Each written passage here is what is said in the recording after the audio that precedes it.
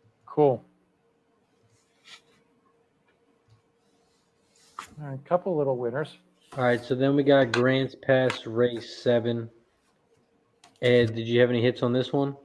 6 and 7, just light though, Good beer. nothing great. And just to confirm, that's Grant Pass Race 7, correct? Yeah, right. Yeah, you got to program me.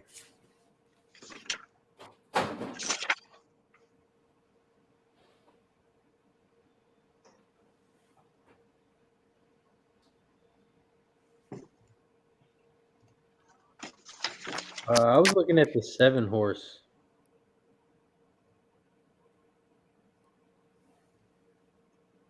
$44 active. Kayla's Cowgirl. He's certainly getting played, Razor. Right now, at least. 4-1, too short right now. I don't know what, they're still in the paddock, so lots of thing. Yeah. Yeah, morning line was 8-1. For which horse? The 7.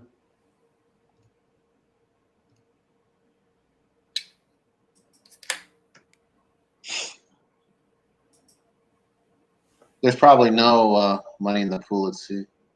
It'll pull up. Who did No, you have and for then this one, just Gat? guys, keep an eye because they are going to have that mandatory payout. So for pick 5, I don't know if it's the last 5 or not, but just keep an eye, just for shits and giggles. I mean, as I was saying earlier, I'm not going to put $50 into it, but it's worth a couple dollar bet for everybody for the Grants Pass mandatory payout. In my analysis of Grants Pass, because I have nothing better to do with my day, I'll tell you guys what I found out. We saw the. Damn it! I hate this. I do need a life. We saw the 2 break its maiden, according to my notes a few races ago. It's 9-5.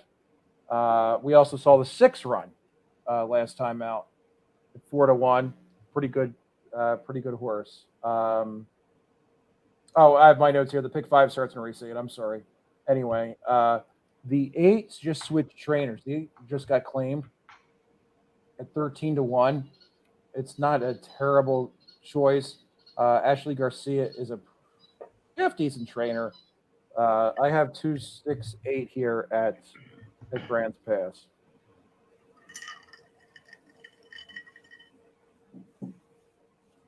Yeah, at Grants Pass, I don't know if you guys even want my picks, but it's because I'm not good there. But for whatever reason, 6 and 7, who I have there. Cool. Yeah, that's 6. Yeah, I mean, I was saying earlier, I spend so much time at Grants Pass analyzing because I want to figure out this track, and I never can. Yeah. So, like I said before, the fun really in horse racing is trying to catch a long shot, right? Or get a big payout for a little bit of money. So, Right. but if you look at like on Twin Spires, and if we get on there for free, you don't have to sign in or anything. But if you click on twinspires.com, and I'm looking at it right now, and you look at you just go to like where it says bet now, it'll show today, and it'll say today's races. So, and if you pick on like this next race at Grants Pass, race 7 at Grants Pass, and you'll see there where you'll click on class, and then it'll open up like prime power. Okay, I'm not. What I want to say is before everyone starts booing, because prime power is kind of a bad. It's not profitable just to play tops and prime power, but what it will show you is you see in there if you guys want to follow along, and their prime power, the top one is the 2 horse with a 105. Okay, so if you go down, you can go down. I think there's 6 horses within 5 points of the leader, the top one, which is 105, and that 5th horse is the 5. Good job, Jackie. So if you kind of take that grouping, how many horses are within 5 of the leader, it'll kind of tell you the volatility of the race, meaning how wide open this race is. And that's kind of how I use it. And I don't go, oh, like, you know, I'm going to bet the top one in prime power, because generally the first in prime power is usually over bet, generally. Gotcha. But you don't want to be way out of And it. that would be either. the two in this particular race. That's the two, then, right, Gas? But you want to look at like those contenders in there, and a lot of times, especially because prime power works better on sprint races than on route races. I've noticed also too. And there's another product, and so you kind of get like a range of horses in there. And then I go over and I try to look at pace a lot of times. If you click on angles, it'll show you the top pace in the race, which are 279. Okay, so I'm gonna go back to the class. If you click on that and then you click on prime power, it'll sort for you all of the horses that are tops in prime power. Okay, and let's see who it was. I'm sorry. If you sort on it, if you click on it, it'll sort from top to bottom. You can kind of see in here, you know, which horses you want to play. As we all know, Grants Pass is a bull ring, meaning it's a 5 furlong, really short turns, hard turns, right? So it obviously going to be favoring the pace, which is not really a secret. You know, people are going to be looking for pace horses. But if you look at the 2 horse in here, you could definitely make a case against him. He's the favorite at 8-5. He's tops in prime power, but he's only 1 point above the other ones. Now, certainly he's a contender, but is he really worth that price? Probably not. No. At least, No, he's not. At least assuming he goes off at the odds that he is right now. But if He's you gonna look make at, some money. yeah, so if you look at like on pace numbers, Razor doesn't even have the 2 in his action, actually. yeah, because I don't think there's much value in it. And the 9 horse is 3rd in pace. Okay, I know he's outside, which makes it a little bit tougher, but not impossible to get over. And then the other pace horse is the 7, and he's getting bet too. He's 9-2, really, which is kind of low if you consider that he's not really within like the 5 points of the leader in prime power. So that's kind of how I use it. He's 7 points off of it. So to me, 9 might be something you might want to look at. It wasn't something that I pointed out in my picks.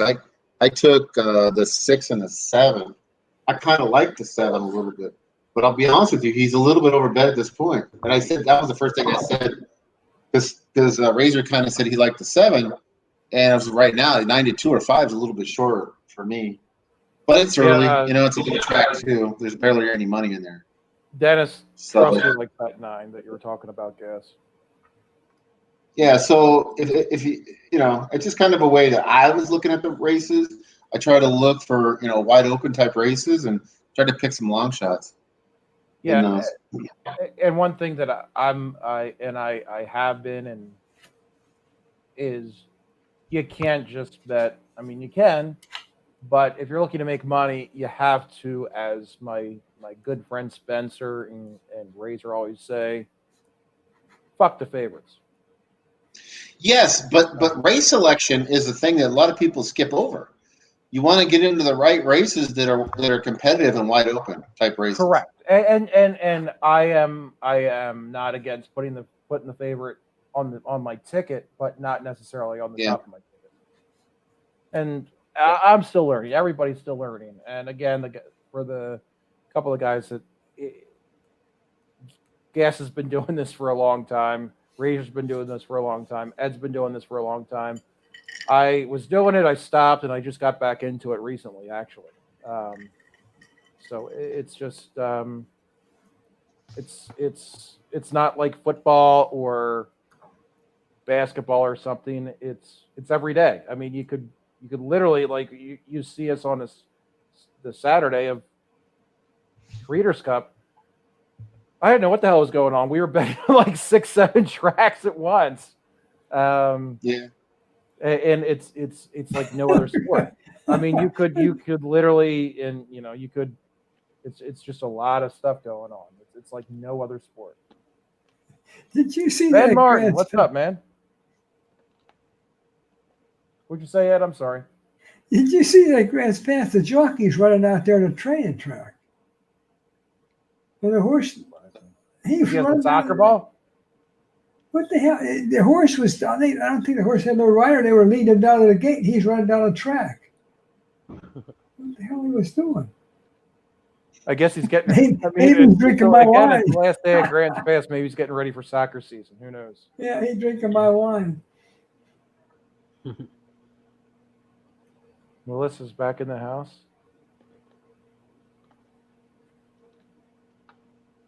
You missed it. I don't think you were here, Gas, but I did secure my boy Trevor McCarthy to do an interview with us. Cool. Yeah. All right, they're loading up What, here. what, Thursday or something? On like a random Tuesday or something. Yeah. Oh, okay. I don't know what's Well, going he to won be on that next night- Thursday. Mountaineer meeting? He won that Nike Stakes race at the Big A the other day. It was. He was texting me in between. I'm like, all right, whatever, man.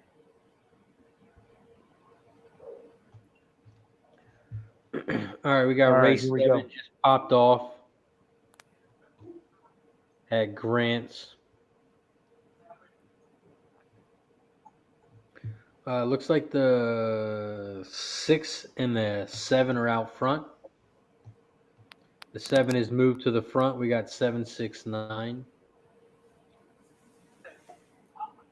As they head around the first turn, the 7 is still out front. 6 is on the inside. 9 is on the outside. 7, 6, 9, 3, 5. 7 is out by about 4 horse lengths. Then you got the 6.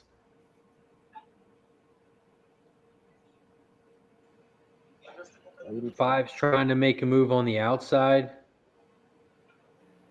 7 is looking sharp. Go home, 7. Come on, 7. Stay up.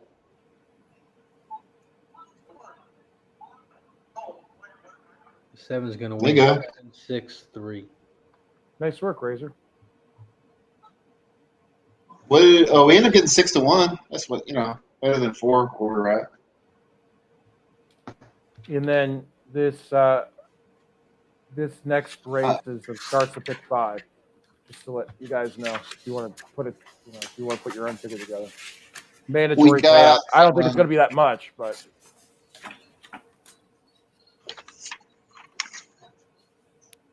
I don't know. I mean, we have time to just bullshit and talk about it if you all want to. Michael Pasanza. Alec. I didn't understand his question. You guys want to read the question? And I didn't quite understand what he's asking here. You pick the race where the favorite is so much better for the race selection. What I'm saying is you want to try to get in races that are competitive, where there's multiple contenders in the race. That's what you want to do. And then you want to try to pick out some horses that have longer odds in those, that have a reason why they would win. Meaning, and one of the main reasons that Razor uses is pace. So if you got a contender in the race that has good pace, and he's a long shot in there, that's probably a strong play or a profitable play long run. I think hopefully I answered your question. If I didn't, just let me know.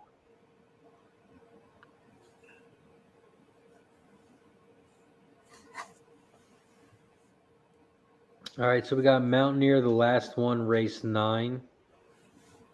We got about 4 minutes. Ed, you got any hits on this one? I like the 2. I'm still looking at, but 2 strikes me. What about you, Gas? What were you looking at this one? I didn't have anything that jumped off at me, but I'm kind of looking through the race here. If you give me a second, I want to look some other stuff. I have some. The other thing too, I was just showing you like on Twin Sparks. I use HTR too, which has a whole bunch of another set of factors that I use, and that's not free, but it's not terribly expensive. But let's see. What about My you, mouse Tom? is- What are you looking at? I didn't like this race one bit. I have the 9. I like the 9. I like the 2, and I like the 3. I have a 9-2-3. I'm not that excited about it, but I spent too much time on this shitty race, and that's what I came this 6 furlong, $6,900 race. I spent a little bit too much time on, but that's what I came up with, the 9-2-3. What about you, Razor? I was actually on some kind of favorites this one. I got 169.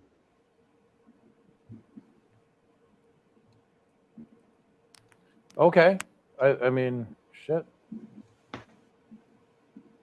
That's low for you, buddy. That's low odds for you, my friend. Yeah. I had to take my temperature. I'm feeling okay. Yeah, it's just not. It's a weird filly and mare race for 3-year-old. I didn't like many of the horses here. And then I threw the 4 in for my long shot. I like his pace. Cool. Ray, as you said that, the odds went from 20-1 to 17-1. So I think we got that razor sharp picks money on the 4. Yeah.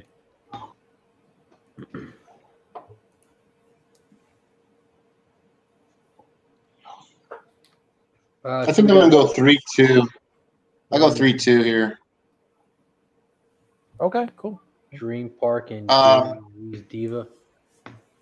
I kind of, as a crazy long shot, I was thinking about the 8. You got take a look at that 8, Ed. What do you think about that guy? Has he got a shot or not? Smooth Arrival. I like the name. Let me look at it. Well, he has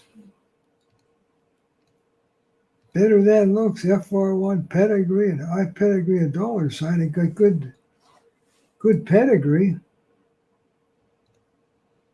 What I'm showing I'll go 2-3-8. 3-2-8. 3-2-8 or 2-3-8. I don't know. Something like that. 2-3, 3-2-8. This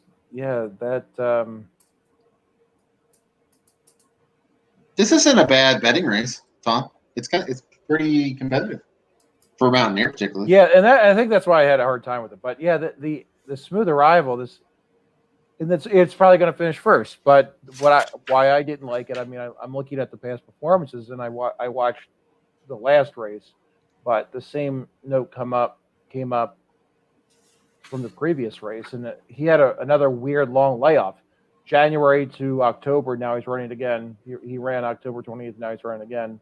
Whatever. Today is the 10th, but he failed on the turn the last 2 times out. The last time was January, and then in October, he didn't learn. That's kind of what I thought about this. He had the same exact failure for the last 2 races. So that's I mean, but what the hell do I know? But they were both muddy the last time he was both in January and December, or I'm sorry, January and October. Both times were muddy. So who knows? Maybe he runs better on a better surface. Yep. Is a 8's a 9-year-old mare? Yep. No. Yeah. This is a mare race. Yep. He has a real low K rating, yes. I know. I saw that too. But you know what? Who the hell knows? I go left. That fits his odds, Ed. You know? Yeah, he's 21-1 low K number generally. The pedigree's there. Yeah. Yeah. Yep. I'm just telling you why I didn't bet on it, but that's probably why it's going to win. I guess it's a new trainer. I don't know this, and it looks like he literally only has one, Ryan Gillespie. I don't know him. It's like a good claim for like a broodmare. Yep. Although her breeding life's half over.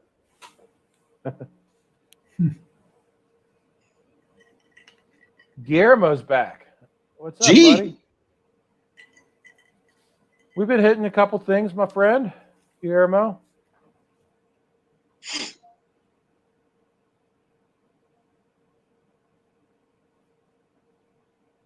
She looks all right. Looks like she's still holding her flesh. Still's got muscle on her butt.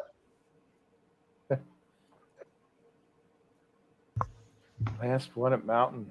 All right, Mountaineer race 9. They're loading up. This is the last one here. This is the last race for me. Yeah, I'll probably do one more at Grant's and then call it a night. Sounds fair. Not going to wait a half hour just for Grant's pass to run around the soccer field 4 times. Nope. No, I think that was literally the last race I looked at. It was race 8 for Grand. So I saw him like, yeah, race 12 is going off at 12:30. I'm like, nope, not gonna watch that one.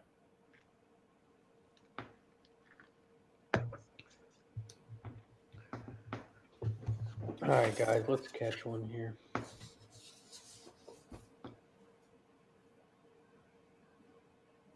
All right, they're off race 9. The last race here at Mountaineer. The 9 and the 8 are out front. 9, 8, 3, 2, 10. The 8 and the 9 are side by side out front. The 2's making a move on the inside. But Comes the 8's 3. not letting you by. You still got the 8 and the 9 out front. 3's making a move on the outside. Also, here comes the 10 on the outside. Then you have the 7 and the 1 both coming as well. You also have the 6. Right now, you got the 9 and the 10 out front. The 6 is making a hard move on the outside, the 6 and the 7. Get out of there, 10. They come around the final turn. The 9 is still out front in the middle. Then you have the 7 on the outside. You have the 6 on the outside. And you have a 1 coming on the inside. But it looks like it's going to be a battle between the 7 and the 6. And it's going to be the 6, 7, 4, 9. I had 6, 4, 9, but not the 7. 6, 7.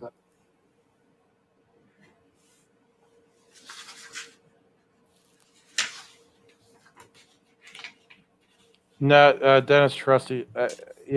Sorry, man. I'll take a look at it. I'm sorry, my friend. It seemed like there was about 6 horses that had the lead in that race at one point. Yep.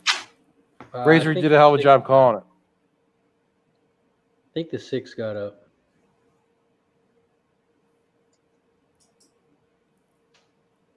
Yeah, I think so. Yeah. 6, 7, 4, 9, 1, and I had 6, 4, 9, 1. What is this? The you like this particular horse, Dennis? Trusty in race 12, the 1 Hey Sequoia. Is that what you were trying to tell me? If you do, I'll bet. I didn't look at race 12 here. All right, so we're going to do one more Grants Pass race 8. Gas, did you have anything for this one? Yeah, I had the 1 and then the 6.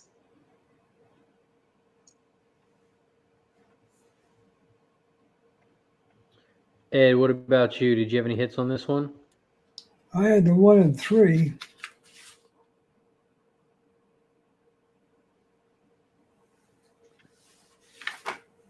Yeah, I had 1, 2, 7, 9.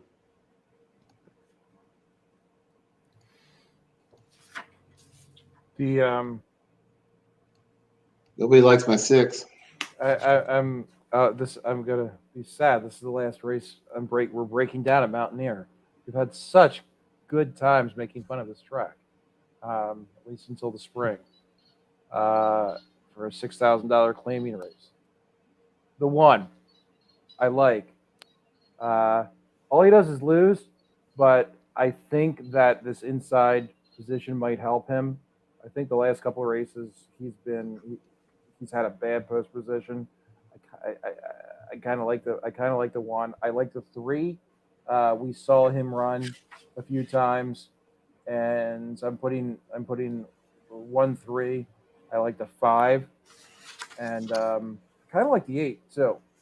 So I have a 1, 3, 5, 8. Yeah, we're Mike. We're doing Grants Pass race 8 right now. That number 6 gas has a good record at this distance and surface. 3 starts, 1 win in 2 places. He's placed in the monies. That's pretty good. Yeah, he came up as a price play on HTR. The 6. Yeah, he's Yeah. at 12 right now. Cool. Okay. Yeah. He's also Look. second in pace on Twin Spires. They have Smiling 1-6. Tiger? Yeah, I have a second in pace at HTR. Got 1-6-2 in pace. He what is he on? Let's see. Yeah. Yep. I'm showing the 6 is a very good pace horse as well. Yep. Yeah, he got a Looking little at race zip. 8, correct? Yeah. Yeah. I wrote this stuff down. Sometimes I can't read my own handwriting. I have 5 something I can't read, but it says pace about the 5. Crazy Owl. On Equibase, they have the number 1 pace horse is the 3. Okay. Yeah, I like the 3. Like I said, we saw him run a couple times, and pretty decent horse, and I put him under my ticket. I think if I had to pick a third horse, I'd pick the 3. Yep. No argument there.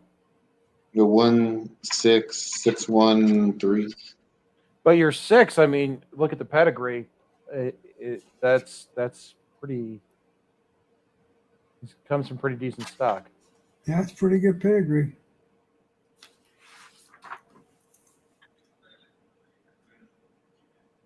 Guillermo had a question for you, Smooth Ed.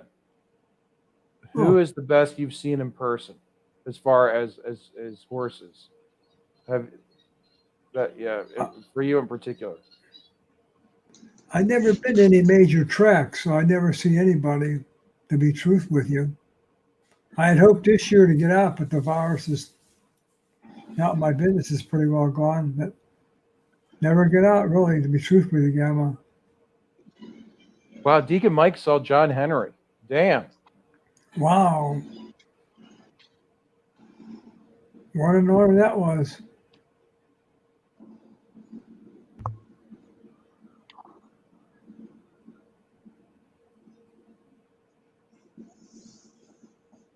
John Henry, that was a hell of a horse. Gash, you got any horses running soon? I don't know about this weekend, but I saw where Gregdar is supposed to run at Del Mar. I think the week after this one.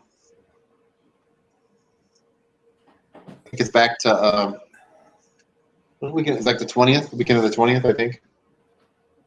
Oh, That's what I saw. Yeah.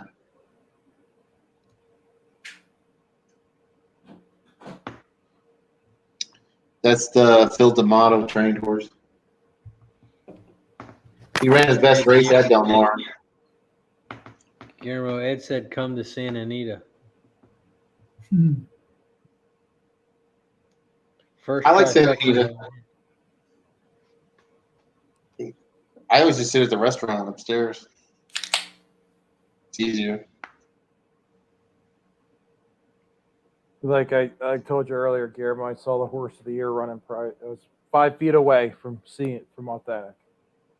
So but I also did see Kentucky Derby winner. I was at the Kentucky Derby, but I also saw Barbaro and Smarty Jones in person. Maximum security.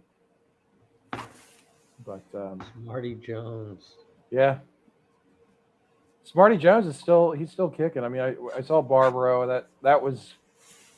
I lost a lot of money at the Preakness with Barbaro, but I saw Sunday Silence. really, wow. That's one of my favorite Sandy and horses. Derby. Sandy and Derby. Yeah. What about, I saw him before that at Hollywood Park. well, then did you see Easy Go, I guess? No, Easy Goer never came out to the West Coast, but Right. I saw.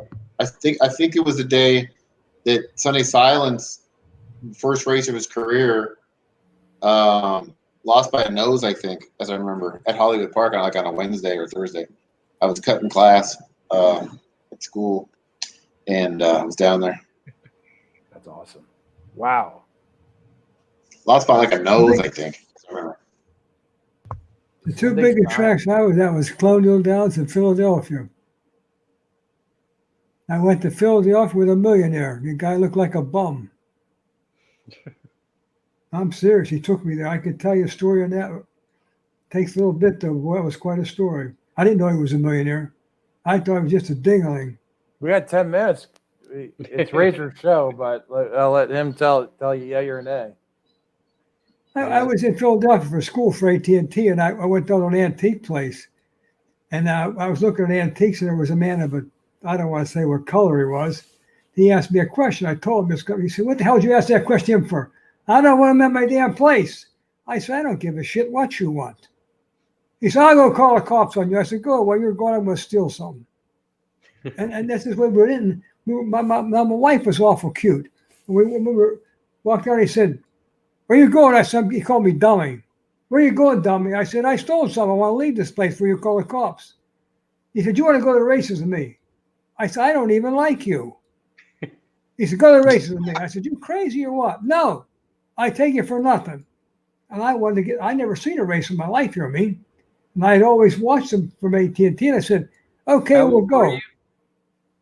It was in Philadelphia. So How old we were got you these at the time? Huh? How old were you at the time? About 24. I was cocky as hell. So we got in his truck, and we went about 5 miles. We stopped at a restaurant. He said, "I got to get some coffee." I said, "Okay." We got some coffee, and we sit down, and boy, this good-looking blonde walked over. Oh, I should have knocked your socks off.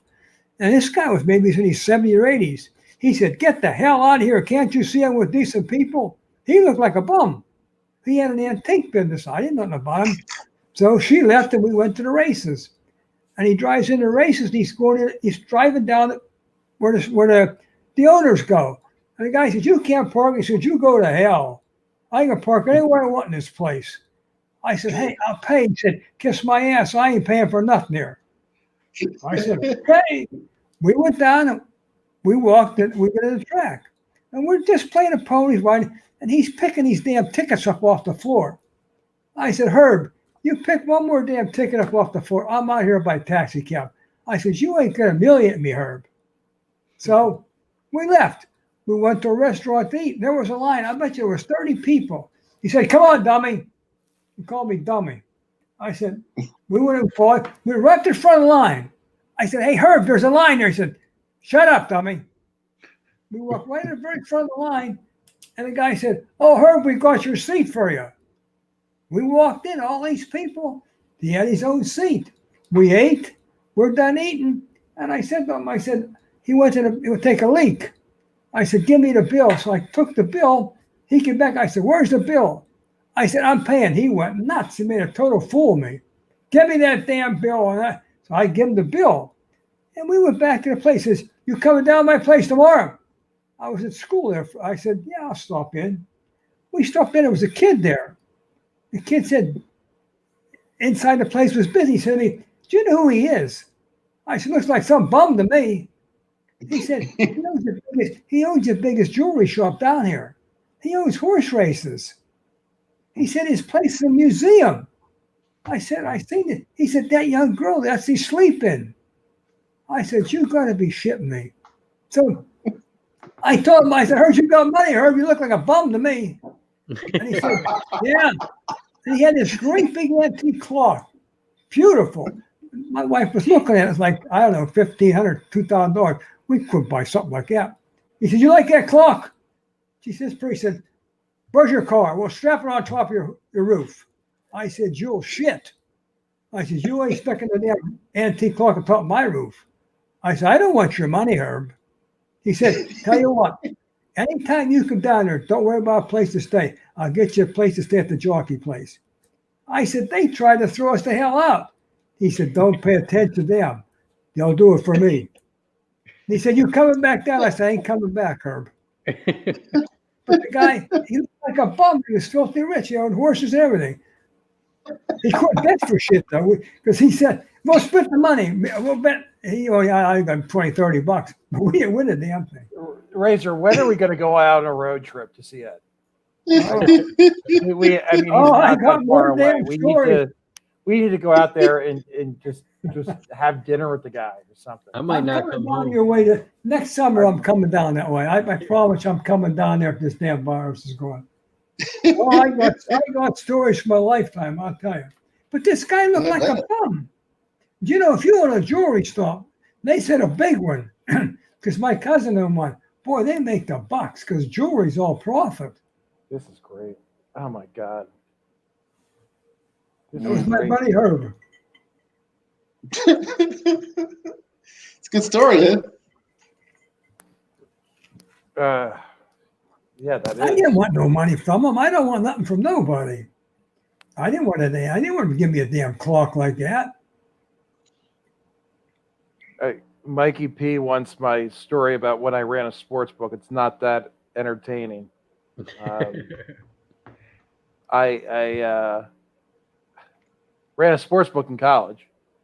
Didn't do props bets or anything like that. But my partner,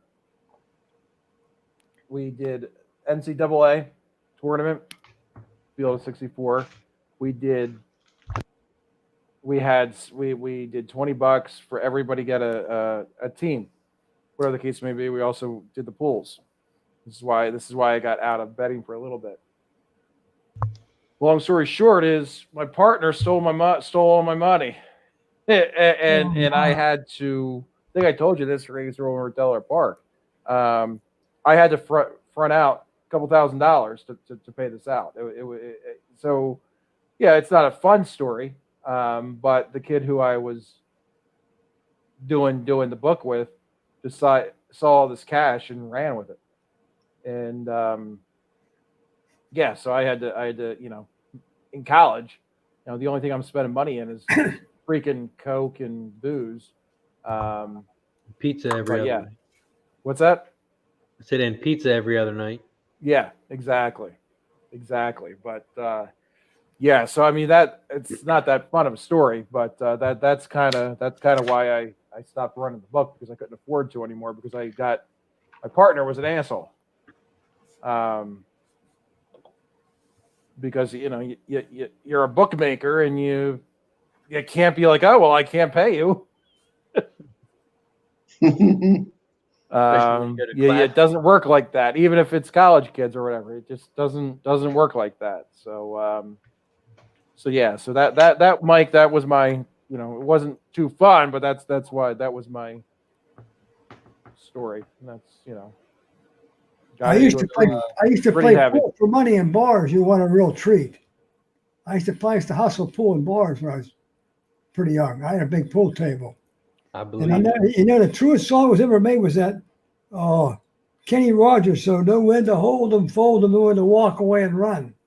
Yep. If you play pool in bars, you're better off losing than winning, because you ain't walking away a winner. I'm the worst pool player in the world. So it doesn't Because matter. boy, it gets late in the morning, man. You can't walk away. For money, Tom? It's like playing. No, I'm so bad. I am so bad at pool. Like, I know, that's why I want to play against you. no, I'm bad. I am bad. I don't know. Well, you're a math guy. You know angles and shit like that. Like you're smart. Mhm. I'm not. You can be like, oh, if I hit this at a 30-degree angle, it'll go over there. I'm just too busy bullshitting with people at the bar and talking and drinking than to bother about playing pool. Well, one thing about playing pool is you got to have nerve, because you can take a guy that's really good, but you throw $50 at the table, he couldn't beat anybody. They fold. Darts is another thing. Darts, I'm pretty damn. I'm pretty. I used to be pretty sharp at darts. So Ed, But you said pool- you hustled people in pool. Does that mean you always lost like the first game? is the way you make it look like you were bad, and then you just won after No, that? no, no. I'll tell you what. I played for a while, and I'll tell you what. When you start winning, they don't want you to leave. So even if it's you play at 1, 2 o'clock in the morning, it's hard to go out a winner. Guys don't want you to leave with their money. It gets scary. It really does. Because when you try to leave, that beat the shit out of the outside. In those days, you didn't pack guns, but it's just bad. So it was better off going there and playing to learn and miss a shot. So when you got in a safe place, maybe it's in a club or something like that where it wasn't that dangerous. But most times, boy, it's not. That's why I give it up. It gets scary as hell, man, because guys can't take losing. If you got their money, I don't have time right now. I played a mafia bar one time. When I seen the wall open up, a glass wall open. I should tell you that story sometime when I get time. You talk about being scared. These guys had the black shirts and the white tie on. How about shit myself when I walked in there? Yeah, it's a long story though, but yeah. Guillermo is in a dart league. That's pretty cool. No, you would not like how I shoot darts. I have a very I'm a tall guy and I have a very long follow through, and a lot of people do not like my follow through because I've got arms like a freaking monkey. So I'll throw it and I'll leave it, and I've got the follow through. Oh, you're over the line. You're over the line. No, I'm not. So yeah, a lot of people don't like it when I throw darts. Yeah, you're right, Wally. I learned that I used to play to learn.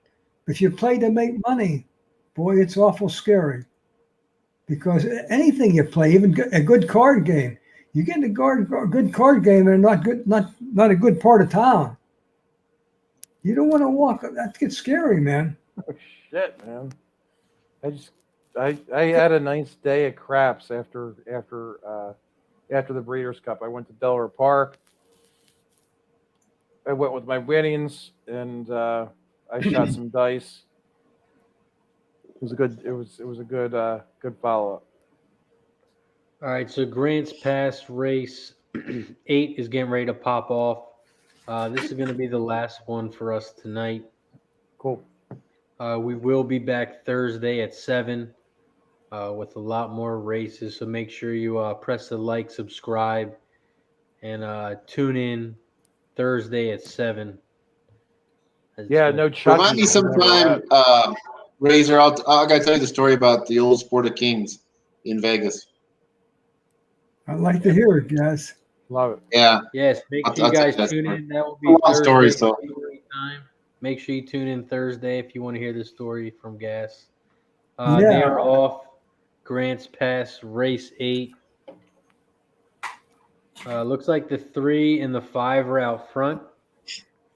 We got 5, 3, 9. As they head around the first turn, the 5 is out front. Then you got the 3 in the middle and the 1 on the inside. So you got 5, 3, 1. End it. And then you have the 2 and the 4. And then you have a 7 making a move on the inside. You have the 8 making a move on the outside. But that 3 and 5 is still out front. Stay like that, please. Stay like that. Exactly, please. White Horse, we don't want you. We don't want you, White Horse. Go around the final that turn. one, damn it. Get up there, one. Get it. Boom. That's 7, I think, isn't it? 3, 5, 7, was it? No. I think there's 3, 7 or 3, 5. As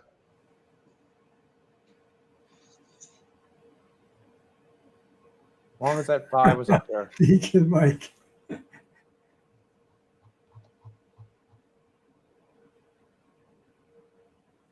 long as that 5 was up there, because Tom and Tom just cashed with a nice freaking 16-1. It was 3. What if the 5 gets second? You had the 5, Tom? Yeah, I had 1, 3, 5. Good. Is it official the 5 got second? No, not official. I think that's right. I saw the replay though. I think it's 357. Nice. It's close. Yeah, my freaking internet is just. shoots out Jeez, every once in a while. the 3-horse must have got a bunch of action right at the end because Yep. still showing 9-2 on Twin Spires, but on the screen I see it's 6-5. So it Stay must up have. there, 5. Stay up there, 5. Stay up there, 5. I think. Yeah, he it. got there. I think you got it. Yeah. 3-5. Nice job.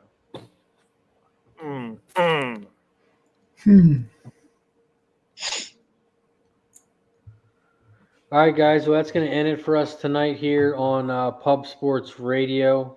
Nice way to end with the winner from Mr. Tom and Tom.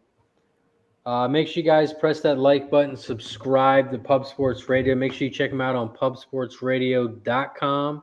Also follow them on Twitter, YouTube, Instagram, and on Facebook. And then just a little rumor is there's going to be some horse merchandise coming to Pub Sports Radio. So make sure you check out the website soon. I'll make sure we press out the link. Appreciate you guys all coming as always. Make sure you're here Thursday night, 7 o'clock. Before we head out, what do you got for him, Tom? Hey, just I think most of y'all follow me. If you don't, Tom and Tom 1 at Twitter. I throw my picks out when I can. I've had a pretty today was pretty good at Parks and pretty good tonight. So, I share my picks. If you want to tip me, I kind of took a Razor thing, and I've got something up there. If I'm making money for y'all, and you want to throw me a buck or two, I'd appreciate it. It helps me out to do what I need to do to give you guys the winners. But anyway, Razor, thank you for having me as always. I feel like we're started out as colleagues, now we're friends and family. Thank you so much for having me. I love these Tuesdays and Thursdays. It means a lot. Gas, Smooth Ed, everybody in chat, thank you. Yes, thank you, Ed. Tom, as always, you're always here. Like you always say, the leadoff guy, so I appreciate you coming every Tuesday and Thursday. Ed, what you got for the chat before we head out? One of the things I'd like to say, we talk so much about the horses and that, and you got someone as gifted as Gas to be here, but you got to keep records too. That's something I'm very lax at. You got to know, like Tom was saying, you got to know what you win at. Are you good at sprints? You good at routes? What are you good at? Not everybody's good at everything. You got to learn that. That's part of the game. Betting's a very good part of the game too. You can be the best capper in the world, but the worst bettor, and you're in trouble. You got to know how to play them. And where are you going to find in the world that you're going to get guys like this that can tell you so much? Not only the guys, but in the chat. Man, we've got some really tough people in the chat too. So listen, you can learn. That's all I have. $48. We PSR for life. Oh, Hey, there it is. Como está, mi amigos? Big Tom. Nicky, Hey, the picture place. I see you. Boom, boom. What's up, brother? Oh, we got the smooth one, the smooth sultry sounds of Smooth Ed in the building. What's up, Smooth Ed? Not that much tonight. we just ended with a nice little $48.50 exacta. Oh, there you go. There you go. Pass. We got the sushi master himself in the building over there too, Mr. Kansas City bandwagon fan. You're a Chiefs bandwagon fan. Nicky, I'm just fucking with you. You're probably rooting for him back in the 70s, weren't you, Gas? Yep, I was. There you go. Mostly we got crying. Big Razor. What's up, Razor? Not too much. We're actually just ending it. We'll be back Thursday night. Yeah, I just wanted to come in and invade it real quick. You know what I mean? Do a little PSR invade. You know what I mean? A little PSR takeover. Appreciate you, man, as always. Gave you a shout out earlier today, so appreciate you, brother. Oh, no doubt. Gave y'all one likewise. I guess we had 2 pretty good shows, and I guess we're both kind of kicking ass on Thursday or on Tuesdays now, huh? So that's good. Yeah. Yes, sir. We got 50 or 60 in here for a while. I don't know. Nice. Fuck Yeah, no, that's good. Like if y'all had 60 We've had here, a couple we nice winners. we had like 150 in ours, so that's good. We did a lot of teaching tonight. Yeah. Yeah, it was fun. I have to put the wife to bed. I'm gonna go. I gotta go. Oh, you put her to bed, Smooth Ed. You know what I mean? If you haven't liked the video yet, like and sub. That's all I wanted to say. Like Razor's picks. He's been on fire. You know Thursday's coming up. He's going to be dropping the football picks. If you haven't known yet, Razor likes to fade the public. You don't ever know where the public's going to be. Yes, I don't know sir. who Razor is. Hey, Razor, quick question, Razor. No. If you want to get jacked like that, Wow. where do they need to go? I do know that they need to check out- Bucksupplements.com, asshole. All right. I was about to pop it up on the Oh, I thought you were going to try to joke on me like I'm not swole. No, thank you. You're For the for follow, my friend. Kansas. Of course you are. you go to builtbars.com, use promo code pubsports.com, get 20% off. Very Or nice. check out bulksupplements.com, enter promo code pubsports, get 5 to 10% off. Nice, As always, check out mybookie.ag. Before we head out, Gash, you got anything for the chat? No, not a whole lot. We're back on Thursday. We're back hitting it hard. I don't know what's running on Thursday yet, but we'll be here. We're here capping, cashing, whole thing. Yeah, I like the teaching moments that we had tonight for the young cappers. Yeah, hopefully Tuesday night's a good night for that. Yeah, hopefully they took a little bit out of it. I mean, we had a couple of winners tonight too, which I mean that's what it's all about. But Did you have a bunch of new people in here, guys? Teach the young bucks how to do it. It's great. You have a bunch of new people in here that were trying to kind of learn how to Yeah, bet. I had a guy, Mike. Yeah. I think you might know him, Nick. Mikey P. He asked me just to kind of just talk about how we cap and stuff. So I asked Gas, I asked Razor and Eddie, Cool. kind of what we do, and he got down on himself. I'm like, dude, this is you're not going to win every race.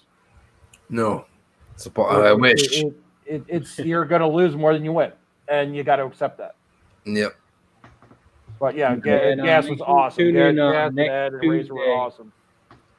Next Tuesday, we're looking to have a trainer on the show, so get your questions ready. But we'll bring that up on Thursday and get the word out. So if you have any questions for a trainer that has a lot of horses and wins a lot, make up some questions. Let us know what you got. Nikki and Mo, before we head out, you got anything for the chat? Let them know where they can find you. Love you all. You can find me at Mr. Fat Fist on Twitter. And I know you guys don't on Instagram. If you do, Boston Nick _UFC. But always here at Pub Sports Radio. Oh, yeah, man. Nick, If you're what's on, your real quick, Nick, what's your grinder ID? My what? Oh, you fucker. What's your grinder ID? Is it too late? Is it too late for a shoey? I just did one. that was true. Hey, he definitely got a parasite from that. Yeah. I just did Yeah, one. no. On Twitter, you can find me at MoScreen5P1. Come over there, support me. I'll support you. And you can find me on Pub about 5 days a week as well. So, Mo, thank you for following me. oh, no problem, brother. No doubt, brother. Yeah, and like I always say, guys, make sure you press the like, subscribe, and turn on your notifications for Pub Sports Radio.